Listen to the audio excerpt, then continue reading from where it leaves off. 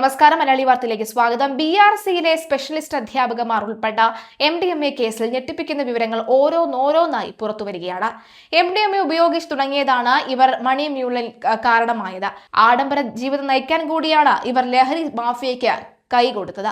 അതേസമയം ലഹരി മരുന്ന് വിറ്റ് കിട്ടിയ കോടികളുടെ പണമെല്ലാം ഒടുവിൽ ചെന്നെത്തിയത് ഒരൊറ്റ വ്യക്തിയിലേക്കാണെന്ന് പോലീസിന്റെ നിർണായക കണ്ടെത്തൽ വരുന്നുണ്ട്.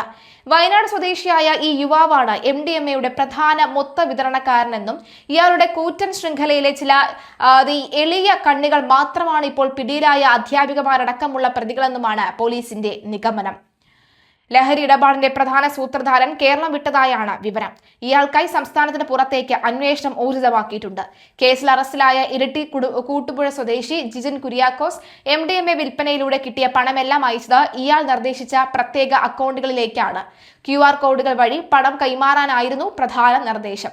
ജിജൻ പണം അയച്ചതിൽ ഭൂരിഭാഗം മറ്റുള്ളവരുടെ പേരിൽ വാടകയ്ക്കെടുത്ത അക്കൗണ്ടുകളാണെന്നാണ് സംശയിക്കുന്നത്. ചില സന്ദർഭങ്ങളിൽ നേരിട്ടും ഇയാളുടെ അക്കൗണ്ടിലേക്ക് പണം എത്തിയിട്ടുണ്ട്. ഇത്തരത്തിൽ ജിജൻ മാത്രം 1 കോടിയിലധികം രൂപ ഈ വയനാട് സ്വദേശിക്ക് കൈമാറിയതായി പോലീസ് ഇതിനോടകം തന്നെ കണ്ടെത്തി. അറസ്റ്റിലായ സ്പെഷ്യലിസ്റ്റ് അധ്യാപികമാർ ലഹരി ഇടപാടിലൂടെ ലഭിച്ച തുക പ്രധാനമായും കൈമാറിയത് ജിജൻ കുര്യാക്കോസിനാണ്. ഇതിനു പുറമെ മൊത്ത വിതരണക്കാരനായ വയനാട് സ്വദേശിക്കും നേരിട്ട് പണം അയച്ചിട്ടുണ്ട്.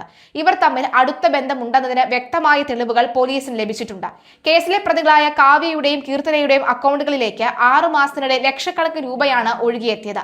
ഇതിൽ ഭൂരിഭാഗവും ലഹരി മരുന്ന് വിൽപ്പനയിലൂടെ സംഹരിച്ചത് തന്നെയാണ് എന്ന് തെളിഞ്ഞിട്ടുണ്ട്. വടകരയിൽ വെച്ച് നേരത്തെ അറസ്റ്റിലായ സഫ്വാൻ എന്നയാൾ 5000 രൂപയാണ് കീർത്തനയുടെ അക്കൗണ്ടിലേക്ക് നൽകിയത്. അധ്യാപികമാരുടെ അക്കൗണ്ടിലേക്ക് വന്ന തുകയുടെ ഉറവിടം തേടിയുള്ള അന്വേഷണം വേഗത്തിലാക്കുകയാണ് അന്വേഷണ സംഘം. വയനാട് സ്വദേശിയായ മൊത്ത വിതരണക്കാരന് കീഴിൽ ജിജിലിനെയും അറസ്റ്റിലായ അധ്യാപികമാരെയും പോലെ MDMA ഇടപാടിനായി വേറെയും നിരവധി ഏജന്റുമാർ പ്രവർത്തിക്കുന്നുണ്ടെന്നാണ് വിവരം. ഇയാളെ വലയിലാക്കിയാൽ മാത്രമേ ഈ വൻ ശൃംഖലയുടെ പൂർണ്ണ വിവരങ്ങൾ പുറത്തു കൊണ്ടുവരാൻ കഴിയുകയുള്ളൂ. അടുത്ത കാലത്തായി MDMA മാഫിയ സ്വീകരിക്കുന്ന പുതിയ പ്രവർത്തന രീതിയാണ് ഇതെന്നാണ് പോലീസ് കണ്ടെത്തിയിട്ടുള്ളത്. അധ്യാപികമാരുടെയും ജിജിന്റെയും അക്കൗണ്ടുകളിലേക്ക് MDMA വാങ്ങുന്നതിനായി പണം അയച്ചവരുടെ എണ്ണം എടുത്തു തീർക്കാൻ കഴിയാത്ത വിധം വലുതാണ്. BRCയിലെ കേവലം തുച്ഛമായ ശമ്പളത്തിൽ ജോലി ചെയ്തിരുന്ന ഇവർക്ക് ഉയർന്ന ആഡംബര ജീവിതവും പാർട്ടികളും നയിക്കാനുള്ള മോഹമാണ് ലഹരി ലോകത്തേക്ക് എത്തിച്ചത്. അറസ്റ്റിന് പിന്നാലെ ഇവർ സോഷ്യൽ മീഡിയയിൽ പങ്കുവച്ചിരുന്ന ചില്ലിംഗ് സെൽഫികളും ബെസ്റ്റി ചിത്രങ്ങളും വൈറലാണ് ഇപ്പോൾ. പ്രതികളുടെ ഒരു അക്കൗണ്ടിലേക്ക് മാത്രം 100ലേറെ പേരാണ് പണം അയച്ചിട്ടുള്ളത്. ഭൂരിഭാഗം ആളുകളും 2000 രൂപയും 1000 രൂപയുമാണ് ലഹരി വാങ്ങാനായി അയച്ചു നൽകിയിരിക്കുന്നത്. ഇതിൽ നിരവധി വിദ്യാർത്ഥികളും ഉൾപ്പെട്ടിട്ടുണ്ടോ എന്ന ഭയം പോലീസിനുണ്ട്.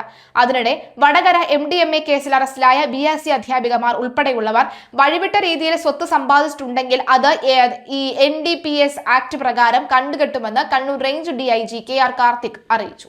ഇത്തരം കുറ്റകൃത്യങ്ങൾ ഏർപ്പെടുന്നത് അനധികൃതമായ കോടികൾ സമ്പാദിക്കാനാണ് എന്ന് വ്യക്തമാക്കുന്നതാണ് ഇവരുടെ അറസ്റ്റ്.